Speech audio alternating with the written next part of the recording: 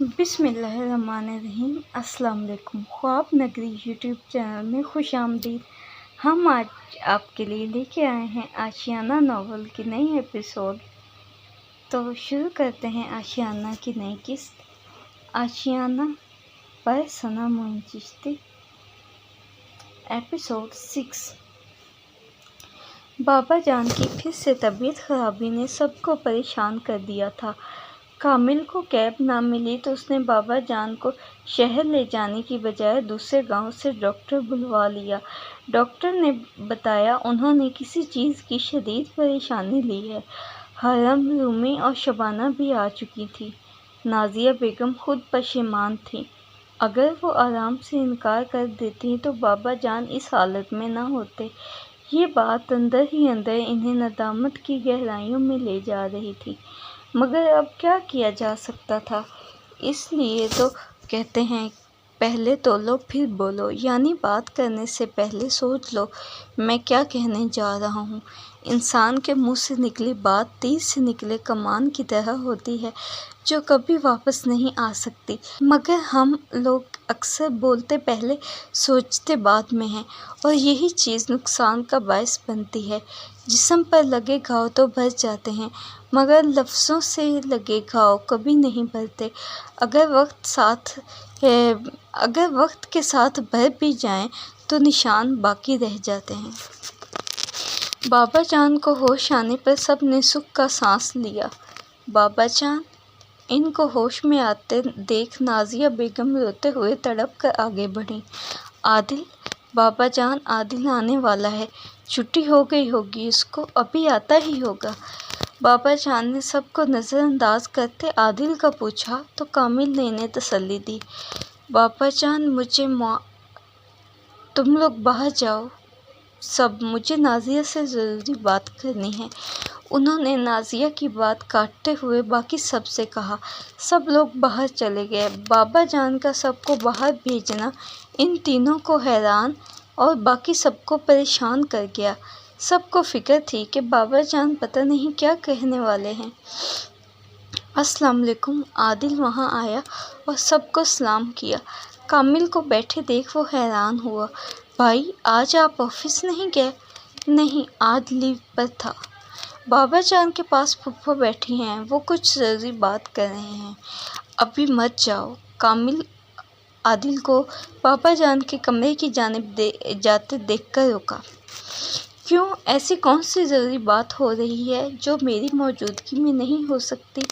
وہ ایک ہاتھ سے بیگ کو کندھے پہ ڈالے، دوسرا ہاتھ پینٹ کی پاکٹ میں ڈالے ان کی جانب پلٹا اور تیکھے انداز میں پوچھنے لگا۔ صاف ظاہر تھا کہ اس کو روکنا ناگوار گزرا ہے۔ بابا جان نے خود منع کیا ہے۔ عادل! کامل اکتائے ہوئے لہجے میں بولا۔ انہوں نے باقی سب کا کہا ہوگا، میرا نہیں۔ کسی نے دوبارہ اسے روکنے کی کوشش نہیں کی تھی۔ سب جانتے تھے وہ بہت ڈھیٹ ہے، کسی کے کہنے پر نہیں رکے گا۔ اس کو کچھ کہنے کا مطلب تھا وقت اور انرجی کا ضیاع۔ السلام علیکم بابا جان، کیسے ہیں آپ؟ وعلیکم السلام۔ عادل، تھوڑی دیر باہر جاؤ، میں تمہاری پھپھو سے ضروری بات کر رہا ہوں۔ اس کے سلام کا جواب دیتے انہوں نے کہا۔ بابا جان! اس نے کچھ کہنا چاہا مگر انہوں نے سختی سے روک دیا۔ عادل! اس نے ایک نظر پھپھو کو دیکھا جو اسے گھورنے میں مصروف تھیں۔ وہ لب بھینچ کر ایک شکوہ نظر بابا جان پہ ڈالتے باہر نکل گیا۔ اب آرام آ گیا نا؟ پہلے ہی منع کیا تھا، مگر ان کو تو مزہ لینا تھا۔ چچی جان کی بڑبڑاہٹ اتنی اونچی تھی کہ عادل تک پہنچی۔ جی چچی جان، سکون مل گیا، اب آرام سے کھانا کھا سکوں گا، ورنہ آدھی ادھوری بات سن کر کھانا ہضم کہاں ہوتا ہے۔ توبہ ہے، دیکھ لیں الیاس پھر۔ نعیمہ چپ کرو اور تم جاؤ کھانا کھاؤ جا کر۔ الیاس صاحب نے دونوں سے جان چھڑائی۔ بڑوں سے کیسے بات کرتے ہیں، یہ ذرا بھی احساس نہیں ہوتا انہیں۔ حرم نے اس کو دیکھ کر دل میں سوچا، باہر سب کا اس طرح جمع ہونا اسے ٹھٹکا گیا تھا۔ وجہ یہ نہیں تھی کہ سب وہاں موجود تھے، وجہ سب کے سنجیدہ چہرے تھے۔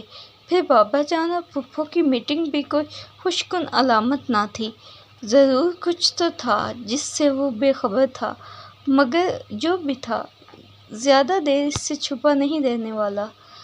وہ کمرے میں آ کر اس بارے میں سوچنے لگا۔ عادل، تمہیں بابا بلا رہے ہیں۔ کامل نے کمرے میں آتے اس سے کہا، اب آ گئی عادل کی یاد۔ وہ استحضائیہ لہجے میں بولا، پلیز ابھی پھر سے مت شروع ہو جاؤ بابا جان کے پاس۔ کامل نے گویا منت کی، آ گئی میری یاد آپ کو؟ بتائیں کس نے آپ کو میرے خلاف کر دیا جو آپ میری شکل تک نہیں دیکھنا چاہتے؟ وہ ان سے پوچھنے لگا۔ اب ایسے نہ دیکھیں یار، ناراض ہوں آپ سے۔ میری آنکھوں کو تمہیں دیکھے بنا سکون آ سکتا ہے بھلا؟ اپنی اولاد سے بھی زیادہ عزیز ہو تم۔ تمہارے باپ اور چچا کے اتنے لاڈ نہیں اٹھائے جتنے تمہارے اٹھائے ہیں۔ ان کے لہجے میں اس کے لیے محبت ہی محبت تھی۔ اچھا طریقہ ہے منانے کا، اور آپ کیا یاد کریں گے، کس سخی سے پالا پڑا ہے۔ میں مان بھی گیا۔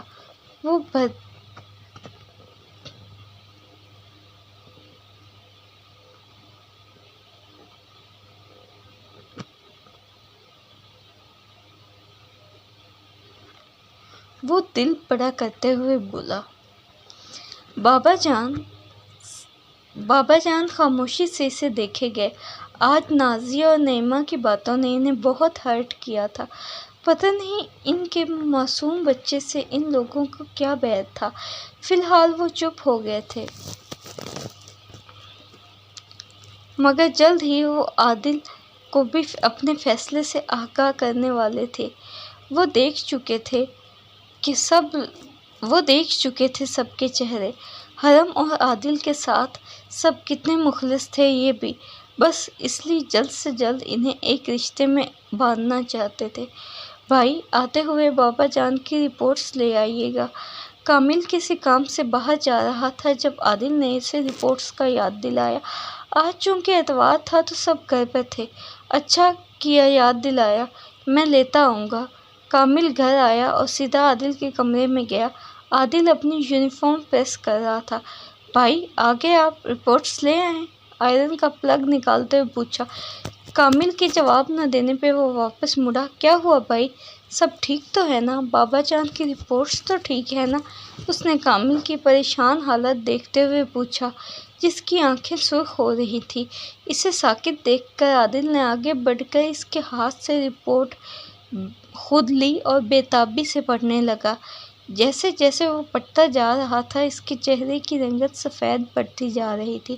وہ بے یقین نظروں سے اپنے ہاتھ میں موجود کاغذ کے ٹکڑے کو دیکھ رہا تھا، جو محض کاغذ کا ٹکڑا نہیں بلکہ موت کا پروانہ تھا۔ جی تو ریڈرز، یہ تھی آشیانہ ناول کی آج کی قسط۔ امید ہے آپ سب کو پسند ضرور آئے گی۔ قسط تھوڑی شارٹ ہے، لیکن آپ سے وعدہ ہے کہ کل لانگ ایپیسوڈ آئے گی، سو اسی پہ گزارا کریں اور اپنی رائٹر کو دعاؤں میں ضرور یاد رکھیں اور اپنا فیڈ بیک دینا مت بھولیں۔ کل ملاقات ہوگی آپ سے نئی ایپیسوڈ کے ساتھ۔